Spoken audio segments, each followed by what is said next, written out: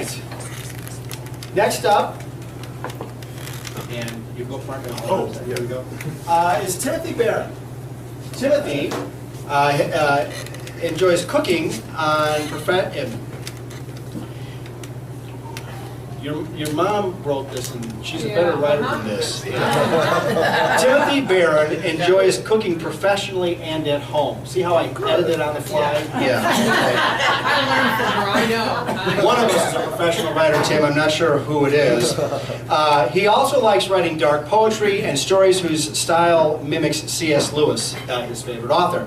He is currently collaborating on a chapter book series with his mother. I suggest you do the writing. He especially loves his cat, Midnight, whom he raised from a kitten. Tonight he's going to be reading A Thing. Just a thing. Tim Baran. There you go. So, to Tom's point, there are three things. One, not a writer, ever. That's yeah, right. impossible. Yeah. Number two, you want to talk about terrible people. First off, I'm glad that 911 was there for you. But during your whole story, all I could think about was we're allowed to burn newspapers. I would have done that like 10 years ago. Like, I mean, if I had known, well. Not faster than delivering them. Yeah, and then finally a third thing is, you know, Ed is a super cool guy. He's super special in my heart. I probably think about Ed 2 or 3 times a week, no joke. I'm not even kidding you. Mostly good things. Yes, really. And, you know, life was super crappy a few years ago. And right in like the middle of that, that's where Ed popped up. And I was like, who is this dude? Like, what is up? And then Ed, like, and so, you know, the whole thing tonight was write something humorous. And I'm not a funny guy. I'm leave that to Ed. But I thought, you know, if I was going to take life advice from Ed. So Ed is one of the few people in this room that knew me when I was a bigger guy. I used to be much heavier. Like, yeah. And you know, the big change in my life was my mom looking at me, and I was like, oh, I think I'm, you know, getting a little chunky, and she's like, oh no, you're fat. And so, thank you. But you know, so I'm thinking about this, like, if Ed was gonna give me life advice, or you know, what to do with food. You know, I don't write about food. If you can believe it, when I go home, I sometimes turn it off. So this is the first thing I've ever written about food, and I would love that you would imagine it coming from Ed, because I kind of tried to get in his head when I was writing this.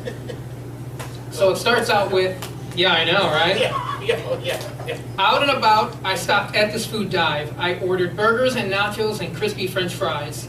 And let me tell you this, because I'm not one to tell lies, there is nothing quite like things that are deep fried.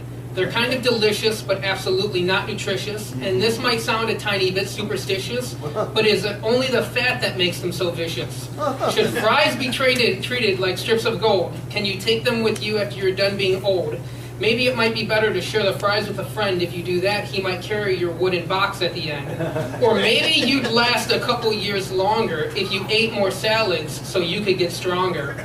A carrot stick might not be the tastiest of snacks, but I bet it pays off when you don't have extra weight on your back.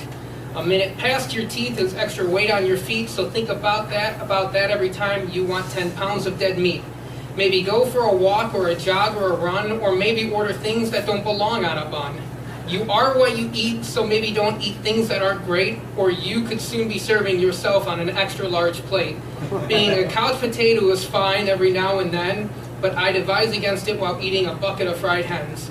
More calories in and not enough out might leave you stricken with guilt, bad sweats, or gout.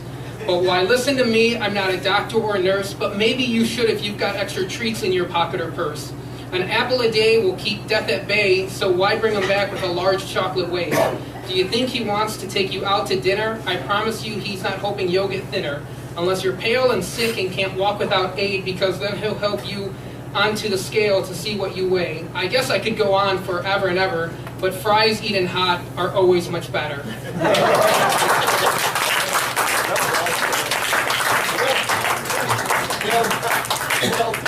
From a professional chef, there you are.